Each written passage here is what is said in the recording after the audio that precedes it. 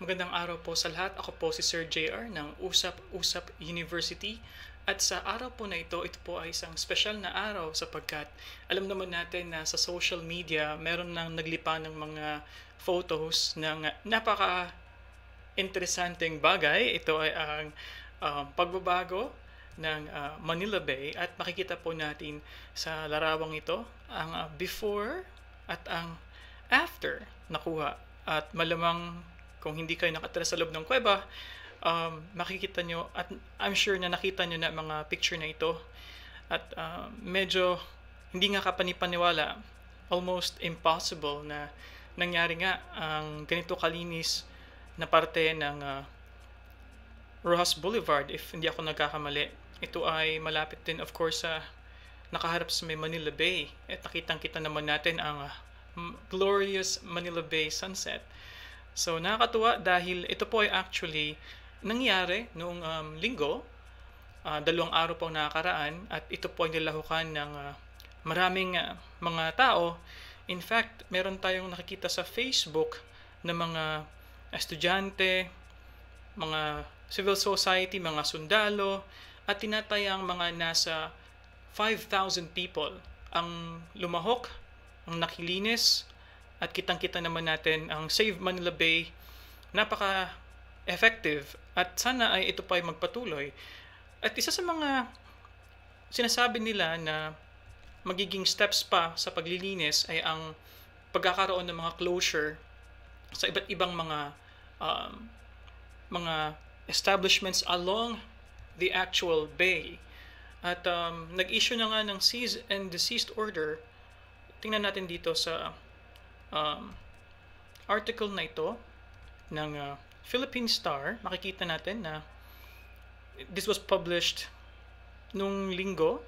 3 establishments ang in order na mag-cease and desist sa pagpopollute ng Manila Bay. At accordingly, sa balitang ito, sila ay mapaparusahan, hindi na sila papayagang gumamit ng water supply for now. At sabi nga dito, according sa DENR, merong maka-cut off ang kanilang water sources ng 3 establishments na ito. Ito ay ang Aristocrat Restaurant, Gloria Marie's Shark's Fin Restaurant, at ang The Esplanade San Miguel by the Bay. So, ang dami ng mga past administrations ang nagkaroon ng goal, nagset ng adikain na linisin ang Manila Bay, pero tayo ay mapalad at ako ay lubang natutuwa dahil nga nagkaroon tayo ng ganitong initiative. Meron pang ang hashtag Save Manila Bay at napakasaya, napakagandang experience ito para sa mga volunteers at makikita naman natin na ang gobyerno din ay ginagawa ang kanilang part para dito. In fact, meron ding mga establishments na sinabi dito na kinakailangan nilang magkaroon ng remedial measures, kinakailangan nilang gumawa ng mga hakbangin para yun nga, hindi nga sila magtapon ng mga kanilang mga kalat, kanilang mga dumi sa dagat. At kabilang na dito ang Aliw Inn, SM Corporate Offices, SM Prime Holdings, SM Mall of Asia, Lola Taba and Lola Pato, Seaside Commercial Spaces, okay, SM Prime Holdings, SM Ferry Terminal sa may MOA Complex, SMDC Residences, condominium. So, ito po yung mga binigyan po ng mga warnings po ng ating gobyerno na hindi na sila magpatuloy kasi tingnan nyo naman, ayaw na nating maulit ang ganitong mukha ng Manila Bay.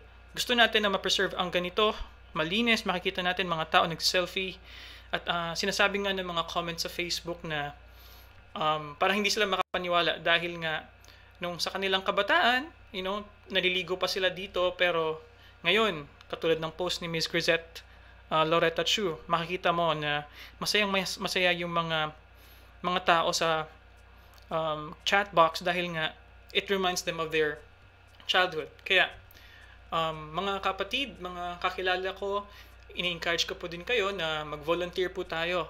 Ang pagkakaalam ko po ay kada Saturday ay nag-aanyaya po sila ng mga volunteers na kung bakante po kayo, pwede po tayong tumulong, pwede po tayo daw magdala ng mga sako, ng mga tongs, yung mga pang pick up po ng mga basura, although meron din silang na-provide, sabi daw po ng isang public service announcement ng DENR. But overall, I am totally happy sa ganitong uri ng development, lalong-lalo na sinasabi na one of the world's best na sunset ang makikita sa Manila Bay. So, ano po ang inyong opinion?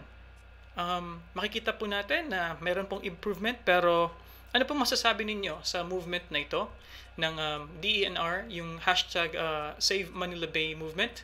Comment na po kayo sa chat box natin. At sa muli, maraming salamat. Ako po si Sir JR at kita-kita po tayo sa susunod na video dito sa Usap-Usap University. Paalam po. Thank you.